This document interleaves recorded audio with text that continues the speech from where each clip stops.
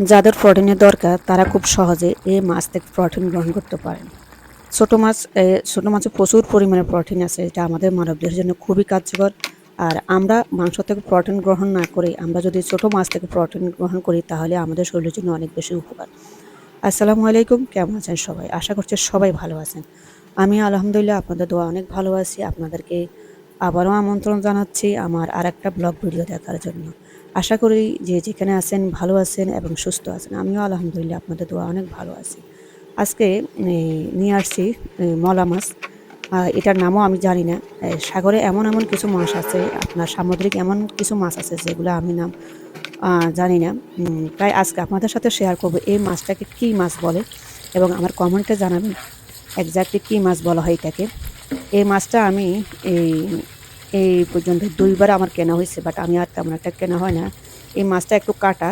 আম আর আরেকটা জিনিস হচ্ছে গিয়ে ফ্রোজেনের মাছগুলা একটু ইয়া থাকে, গন্ধ থাকে।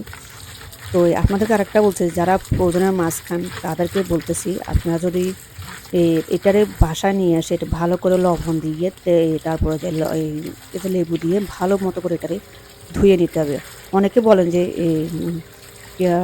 ব্লকের মাছগুলা গন্ধ পড়ে। আপনারা কিনতে জানলে গন্ধ করবে না। বিশেষ করে আমি যে মাছগুলা কিনি, বিশেষ বাজারে গেলে, দোকানে গেলে, আমি ম্যাক্সিমাম হাওরের মাছগুলা আর সিকে মাছগুলো আমি বেশিরভাগ কিনি। হাওরের মাছগুলো হচ্ছে না বেস্ট মাছ। যেকোনো হাওরে যেকোনো মাছ আপনারা কিনবেন, অনেক ভালো মাছ পড়ে। আর অনেকে কিনতে জানেন না বলেই মাছের গন্ধ পড়ে। আর আরেকটা জিনিস টিপস আমাদেরকে শিখিয়ে দিতেছে, সেটা হচ্ছে যে ব্লকের মাছগুলো কখনো সাথে ডাকনা দিয়ে রান্না করবেন না। এটাকে কিছুক্ষণ ডাকনা ছাড়া রান্না করে নিবেন। তাহলে মাছের কোনো গন্ধ থাকবে না এবং যেটা গন্ধ থাকবে সেটা চলে যাবে কিছুক্ষণ রান্না করার পরে। এটলিস্ট ২-৩ মিনিট ডাকনা না দিয়ে ঢাকনা দিবেন না। না দিয়ে রান্না করবেন। তাহলে আর কোনো ওই মাছের তেমন একটা গন্ধ থাকে না। তো এজন্য আজকে আমি আপনাদেরকে এই টিপস, যদি আপনাদের ভালো লাগে অবশ্যই আমার এই ভিডিওটা আপনারা শেয়ার করবেন আরেকজনকে জানার জন্য। তো আজকে আমি মাছটা কিভাবে রান্না করতেছি আপনারা দেখেন। আমি রান্না করব, বাট ঢাকনাটা আমার কম দিব। তাহলে আর মাছের আর কোনো ধরনের গন্ধ লাগবে না। আর ছোট মাছগুলোর মধ্যে যদি বেশি গন্ধ থাকে আপনারা ইচ্ছা করলে ২-৩ স্লাইস লেবু কেটে দিতে পারেন, তাহলে গন্ধটা আর লাগবে না। খেতেও ভালো লাগবে।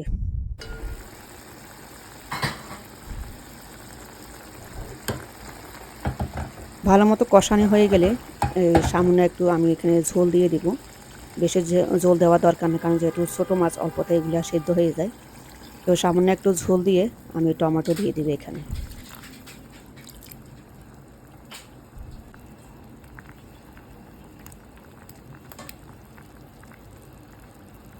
সবসময় চেষ্টা করবেন খাওয়ার তালিকায় সপ্তাহে ২ দিন বা ১ দিন ছোট মাছ রাখার। এটা প্রচুর পরিমাণে প্রোটিন দেয়। তো আমার রান্না মোটামুটি শেষ। আমি এখন ধনিয়া পাতা দিব এখানে।